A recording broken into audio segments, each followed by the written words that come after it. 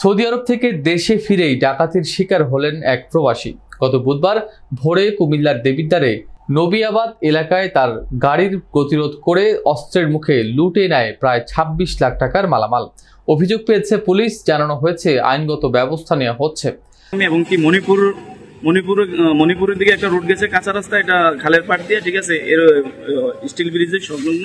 যখন আমাদের গাড়িটা স্টে করছে তখন ৮-১০ জন ডাকাত আইসা, তাদের মুখ বাঁধা ছিল, ঠিক আছে, আইসা আমার স্বর্ণ নিয়ে গেছে, ৮ ভরি স্বর্ণ, এবং কি $১০,০০০ ছিল, এবং কি আমার ল্যাপটপ ছিল এসপি, তারপরে আমার মোবাইল ছিল ইনফিনিক্স, এবং কি মোটরোলা একটা সেট ছিল, ঠিক আছে, আমার সর্বোচ্চ 2টা লাগেজ ছিল, যা যা মালামাল আছে সবগুলো ওরা নিয়ে গেছে, কিন্তু আমাকে কোনো কিছু দিয়ে যায়নি। জাস্ট আমার হাতের সেটটা আমি অনেক রিকোয়েস্ট করার পরে ওরা আমার সেটটা দিয়ে গেছে। সৌদি আরব থেকে দেশে ফিরছিলেন মোহাম্মদ আশিক। গন্তব্য ছিল নিজ বাড়ি কুমিল্লার মোহনপুর, কিন্তু দেবিদ্বার চান্দিনা রোডের নবিয়াবাদ এলাকায় পৌঁছাতেই ঘটে ভয়ঙ্কর এক ডাকাতির ঘটনা।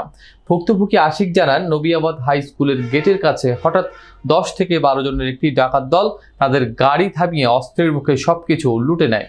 ডাকাতদের একজন রামদা গলায় ধরে তাকে জিম্মি করে রাখে। লুটপাট হওয়া মালামালের মধ্যে রয়েছে 21 ক্যারেটের 8 ভরি স্বর্ণালংকার, $10,000 মার্কিন, একটি ল্যাপটপ, একাধিক মোবাইল সহ প্রায় ২৬ লাখ টাকার সম্পদ। এই ঘটনায় এলাকায় চরম আতঙ্ক ছড়িয়ে পড়েছে।